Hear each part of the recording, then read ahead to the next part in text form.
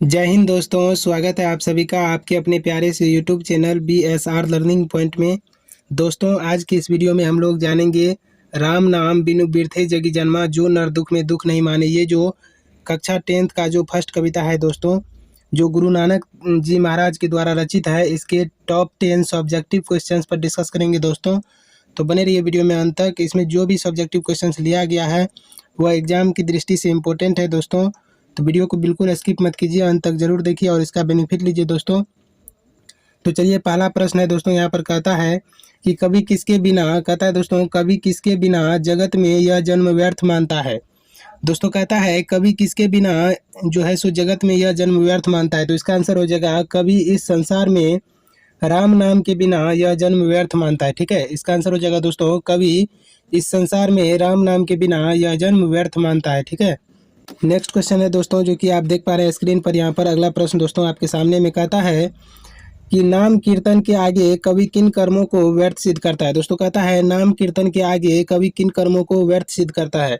तो दोस्तों इसका आंसर हो जाएगा नाम कीर्तन के आगे कवि दुनिया का सभी दिखावे का पूजा व्यर्थ सिद्ध करता है। ठीक है, दुनिया में जो भी दिखावे का पूजा है, जैसे मंदिर में जाना और क्या कहते हैं जो है सो चंदन कर लेना और तरह तरह के वस्त्र धारण कर लेना, ये सब जो पूजा है दोस्तों इसको व्यर्थ सिद्ध करता है। उसके बाद देखिए अगला प्रश्न दोस्तों, यहाँ पर कहता है कि प्रथम पद के आधार पर बताए कि कवि ने अपने युग में धर्म साधना के कैसे कैसे रूप देखे थे।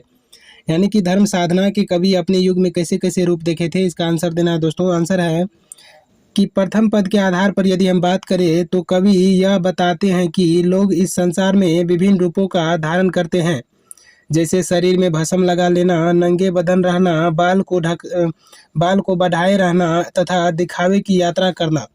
जैसे दोस्तों लोग क्या करते हैं, भस्म लगा लेते हैं शरीर में, जो है सो बाबा बन जाते हैं एक तरफ से, और बाल बढ़ा लेते हैं, दिखावे का यात्रा करते हैं, एक बार इधर जाते हैं मंदिर, एक बार उधर जाते हैं। ये जो बेकार की दौर भरा है दोस्तों, जो लोग पूजा करते हैं इस ज़माने में, आज के युग में, इसको व्यर्थ सिद्ध करता है प्रथम पद के आधार पर।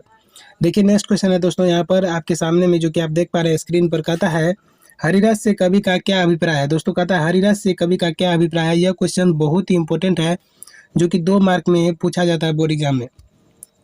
कहता है हरिरस से कवि का अभिप्राय है भगवान का आशीर्वाद प्राप्त करना। ठीक है दोस्तों, हरिरस से कवि का अभिप्राय है दोस्तों भगवान का आशीर्वाद प्राप्त करना। ठीक है, तो इसको आप समझ चुके होंगे अच्छा से दोस्तों। अगला प्रश्न यहाँ पर, जो कि आपके सामने में स्क्रीन पर, कहता है गुरु की कृपा से किस युक्ति की पहचान हो पाती है। तो दोस्तों गुरु की कृपा से पहचानने की सबसे अच्छी उपाय गुरु का आशीर्वाद है। कवि के अनुसार इस संसार में गुरु भगवान से भी ऊंचे हैं।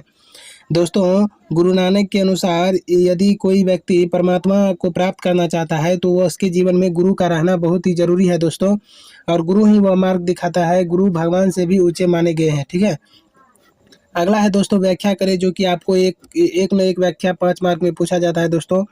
तो यहाँ पर है राम नाम बिनु अर्जी मरे, इसका हम लोग व्याख्या करेंगे यहाँ पर दोस्तों। यहाँ पर कहता है व्याख्या इसका राम नाम बिनु अर्जी मरे का, कि कवि के अनुसार इस जन्म में राम नाम का जाप करना चाहिए, इसके बिना जीवन संसारिक माया मोह जाल में उलझकर अंत हो जाता है। दोस्तों कहने का मतलब है, गुरु नानक जी महाराज कहते हैं कि कवि के अनुसार इस जन्म में राम नाम का जाप करना चाहिए। क्या करना चाहिए दोस्तों, राम नाम का जाप करना चाहिए। इसके बिना जीवन, राम नाम के बिना जो इस संसार में जीवन है दोस्तों, माया मोह में उलझकर अंत हो जाता है। ठीक है, यही बात आपको लिखना है, लेकिन इसमें आपको लगा देना है प्रस्तुत पंक्ति हमारे पाठ्य पुस्तक गोधोली भाग 2 राम नाम बिनु बिरथे जगी जन्मा शीर्षक से लिया गया है, जिनके कवि गुरु नानक जी महाराज हैं, जो इन पंक्ति के माध्यम से कहना चाहते हैं कि। ठीक है, अब देखिए नेक्स्ट क्वेश्चन है दोस्तों, कंचन माटी जाने। तो यदि हम इसका जो है सो एक्सप्लेनेशन करेंगे दोस्तों, इसका व्याख्या करेंगे, तो इसका व्याख्या होगा, प्रस्तुत पंक्ति हमारे पाठ्य पुस्तक गोधोली भाग 2 राम नाम बिनु बिरथे जगी जन्मा शीर्षक से लिया गया है, जिसके रचयिता गुरु नानक जी महाराज हैं, जो इन कवि पंक्ति के माध्यम से कहना चाहते हैं कि कवि के अनुसार मिट्टी सोना के समान है। दोस्तों कवि के अनुसार मिट्टी जो है सोना के समान है, क्योंकि इस मिट्टी में सोने जैसा स्वरूप परमात्मा में उत्पन्न किए जाते हैं।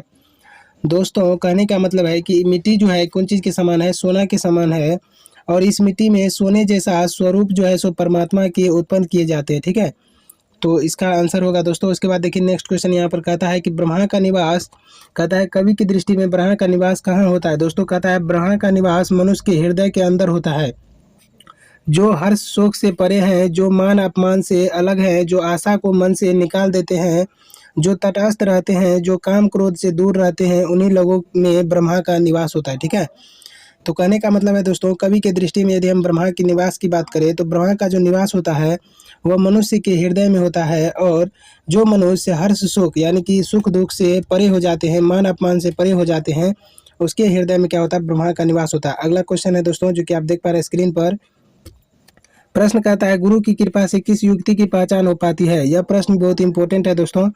कहता है, गुरु की कृपा से ईश्वर की प्राप्ति होती है। गुरु की कृपा से ही मनुष्य काम क्रोध मद लोभ और मत्सर के भाव से मुक्त होकर ईश्वर की प्राप्ति कर पाता है। ब्रह्मा की प्राप्ति की ये युक्तियां गुरु की कृपा से ही होती है। ठीक है, तो गुरु की कृपा से जो पहचान होती है युक्ति की, तो गुरु की यदि कृपा हो तो आप ईश्वर को भी प्राप्त कर सकते हैं।